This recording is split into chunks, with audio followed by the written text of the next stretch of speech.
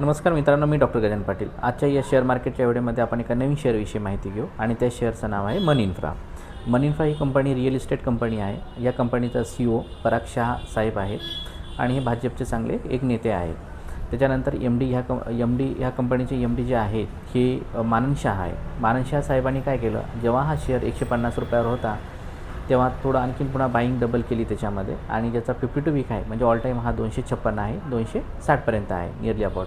आणि भविष्यकाळामध्ये हा share nearly 300 ते 350 पर्यंत डेफिनेट जाण्याची दाट शक्यता आहे। रिअल इस्टेट कंपनी असल्यामुळे थोडंसं याचं जे काही रिझल्ट्स आहेत ते खालीवर होत असतात, पण टेन्शन घ्यायची गरज नाही। रिअल इस्टेट कंपनी स्ट्रॉंग आहे, झिरो डेप्टी कंपनी आहे, कुठलं कसलंच कर्ज नाही या कंपनीवरती आणि त्या काळामध्ये 100% हा 300 ते 350 आहे, डबल सांगतोय मी।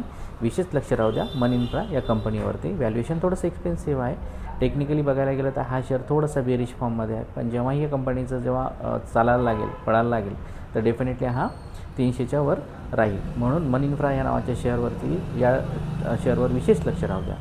ओके, धन्यवाद।